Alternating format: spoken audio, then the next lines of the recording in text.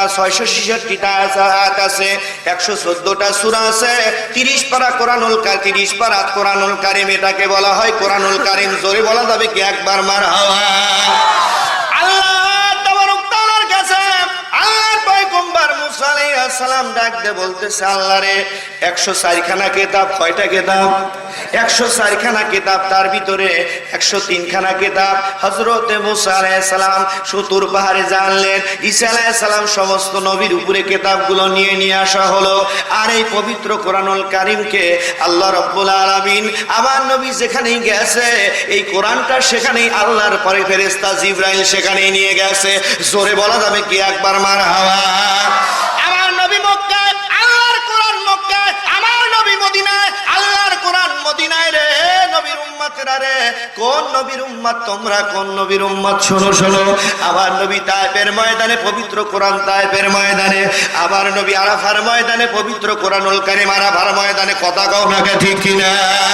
এ নবীর উম্মতেরা রে, আল্লাহর কোরআনের ভিতরে আল্লাহ রাব্বুল আলামিন বলছো আমার সাল্লাকা ইল্লা রাহমাতাল লিল আলামিন। আমার নবী হলো তামাম জগতের রহমত, আমার নবী হলো তামাম জগতের রহমত। আমার নবী ছাড়া কোনো উপায় নাই, কোনো উপায় নাই। আমার নবীর সাথে দুশমনি করলে তার ভালো হবে না খারাপ হবে? জোরে কোন ভালো হবে না খারাপ হবে? সোনার মানিকের আব্বা জানেরা ভাইজানের দিকে লক্ষ্য করুন। কারণ হলো আম্মা জান খাদিজাতুল কুবরা ডাক বলছে, তামাম দুনিয়ার মানুষেরা তোমরা শোনো, আল্লাহ রাব্বুল আলামিন এই 30 পারা কোরআনুল কারীম জাবালে নূরের ভিতরে নাজিল করে দিয়েছে। এই জাবালে নূরের ভিতরে নাজিল করে দেওয়ার পরে সকাল সন্ধ্যা আম্মা জান খাদিজাতুল কুবরা আমার নবীর জন্য খানা নিয়ে যেতেন। জোরে বলা যাবে কি একবার আল্লাহু আকবার। আপনি সুন্দর করে কোরআনের মাহফিল শোনার পরে বাড়ির যা কবে, ও সকিনা আমাকে 1 গ্লাস পানি দাও, বলে ওখানে আছে ডাইলে খাও। কথা কয় না করে? কথা কয় না করে? ঠিক কিনা? না হলে তোমার কপালে দুঃখ আছে, সকালবেলা ভাত হবে না, হবে না। আপনার লাঠি যদি শক্ত হয়ে থাকে, আল্লাহর কসম করে বলতেছি, আগের মানুষেরা হাল বলতো, বইতো কি বইতো না? এইরকম ভাবে লম্বা লাঠি দেখার সাথে সাথে ভাত সুন্দর করে তৈরি করে রাখতো। কথা বলেন ঠিক কিনা? এ সোনার মানিকেরা আব্বা জানেরা ভাই জানেরা, সবচাইতে সর্বনেশে কাজ হলে এই জিনিসটা এসে। কথা কয় না ঠিক কিনা? এই সর্বনেশে হার কাট পারকা মোবাইল আসার পরে আপনি একদিকে দাঁড়ায় আছেন, আপনার স্ত্রী একদিকে এরকম মোবাইল টিপতেছে, আপনি আর একদিকে এরকম টিপতেছেন, স্বামী স্ত্রী মহব্বত থাকতেছে না। কারণ হাজার হাজার মানুষের ডিভোর্স হয়ে যাচ্ছে। কথা কয় না কেন? জোরে কোন ঠিক কিনা? কেন ডিভোর্স হয়ে যাচ্ছে? আপনি মসজিদে যা কাঁদতেছেন, রব্বানা যালামনা, আল্লাহ বলে তোর মতো ডাক, তোর বান্দা তোর ডাক শুনলাম না। কথা কও না কেন? কেন শুনলাম না? কারণ তোমার কলিজার টুকরা, কলিজার টুকরা মেয়ে বলতেছে, অমক তুমি কোথায় আসো?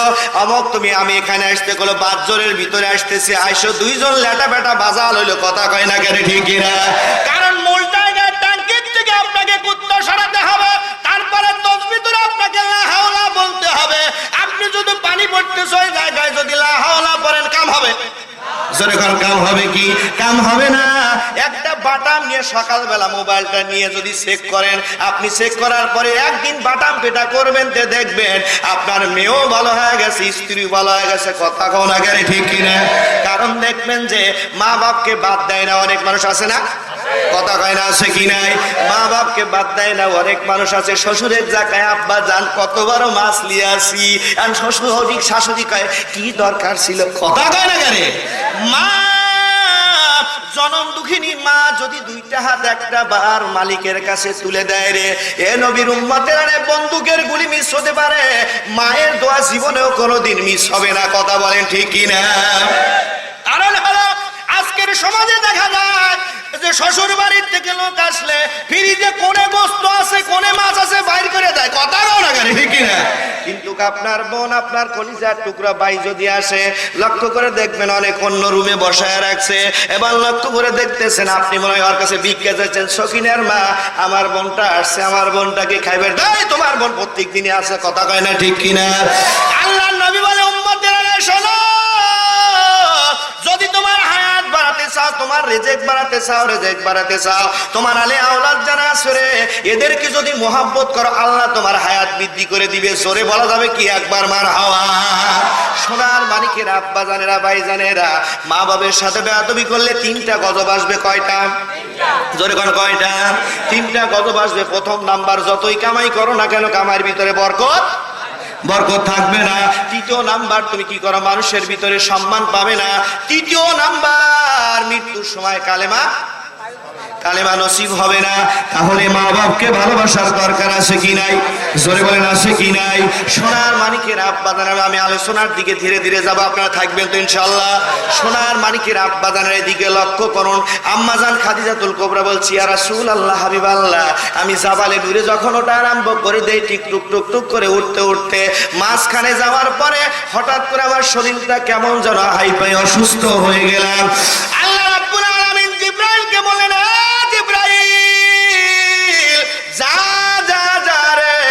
আমার খাদিজাতুল কুবরার কষ্ট হয়, আমার নবীর উপরে আমি পবিত্র কোরআনুল কারীম দীর্ঘ 30 বার আমি কোরআনুল কারীম আমি আল্লাহ তাবারক তাআলা নাজিল করে দিচ্ছি।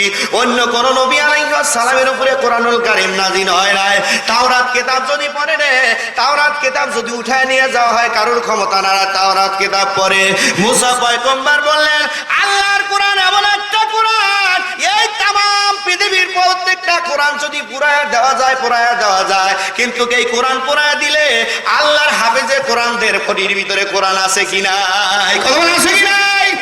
এই কোরআনুল কারীম আম্মাজান খাদিজাতুল কুবরা ডাক দিয়ে বলেন, ইয়া রাসূলুল্লাহ, হাবিবাল্লাহ, আমি আপনার জন্য খানা নিয়ে আসি নাই। আল্লাহ হুজুর, আমার বড় কষ্ট হয়, সকাল সন্ধ্যা আমি রান্না করে আপনার জন্য খানা নিয়ে আসি। ইয়া রাসূলুল্লাহ, ইয়া হাবিবাল্লাহ, আমি আপনার কাছে একটা জিনিস চাইবো। জোরে বলা যাবে কি একবার মারহাবা? কয়টা জিনিস? জোরে কয় না, কয়টা জিনিস? একটা জিনিস চাইবো। আল্লাহ নবী খাদিজার দিকে তাকালেন না, মুস্কি আসলেন। খাদিজাতুল কুবরা রাগান্বিত হয়ে গেলেন রে। আল্লাহ নবী রাগান্বিত দেখে খাদিজার চেহারার দিকে মুস্কি হাসলেন রে। আল্লাহর হাবিব সরকারে দু আলম নবী হাসার কারণে আম্মাজান খাদিজাতুল কুবরার মনটা মলিন হয়ে গেল। মনটা মলিন হয়ে যাওয়ার পরে আমার আপনার স্ত্রী হলে মধ্যে দেখ কোলবালিশ দিলে কোলে তুমি ওই পাইলে আমি এই পাইলে, কথা কয় না রে, ঠিক কি না? আম্মাজান খাদিজাতুল কুবরা কোনো কথাই বললেন না। আম্মাজান খাদিজাতুল কুবরা মনটা নরম করে মাথাটা হেড করে নিচের দিকে তাকায় আছেন। এবার আল্লাহ নবী ডাক দিয়ে বলে, খাদিজা, আমার আব্বা নাই, আমার মা নাই, আমি ইতিম মানুষ, মক্কার লোকেরা আমার মা আমার আব্বাকে জীবনেও চোখে দেখি নাই। আমার জনম দুঃখিনী মা আমার দাদা আব্দুল মুতালিবের কাছে দিয়ে গিয়েছিল। আব্দুল মুতালিবের কাছে দিয়ে দেওয়ার পরে আমার দাদা আমার চাচা আবু তালেবের কাছে দিয়েছিল। সবাই চলে গেল। আমি রাস্তা দিয়ে যখন যাইতাম মক্কার লোকেরা আমাকে পাথর মারতো, আমাকে পাগল ভেবে পাথর মারতো। আমি নামি যাইতে পারতাম না। মক্কার ধনাঢ্য ব্যক্তি হলো আপনি, খাদিজাতুল কুবরা, আপনি আমাকে বিবাহ করে আমার জীবনখানা ধন্য করে দিলেন। জোরে বলা যাবে কি একবার মারহাবা? আরো জোরে বলি মারহাবা। সোনার মানিকেরা, আব্বা জানেরা, ভাই জানেরা, এ নবীর উম্মতেরা রে, শোনো রে। আম্মাজান খাদিজাতুল কুবরাকে ডাকতে বলছো, আমার খাদিজা শোনো, আদম থেকে ঈসা রুহুল্লাহ পর্যন্ত কোন নবী কোন মেয়েদেরকে সালাম আল্লাহ তাবারক তাআলা সালাম দেয় নাই। ও খাদিজা, আমি তোমার চেহারার দিকে তাকাইছি একটা কারণে রে খাদিজা, মুস্কি আসলাম একটা কারণে। ও খাদিজা, আল্লাহ পাক ডাইরেক্ট আপনাকে সালাম জানাইছে। জোরে বলা যাবে কি একবার মারহাবা? একটু জোরে বল না মারহাবা। সোনার মানিকেরা, আব্বা জানেরা, ভাই জানেরা, আল্লাহ নবী সরকার দু আলম নবী বলছে, খাদিজা বলো কি চাও খাদিজা আমার কাছ থেকে?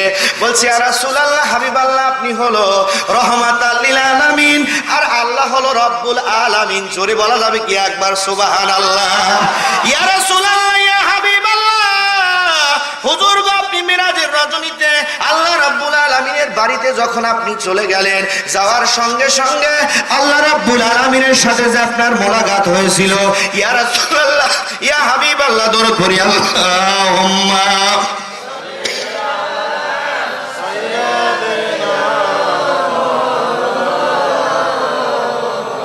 ওয়া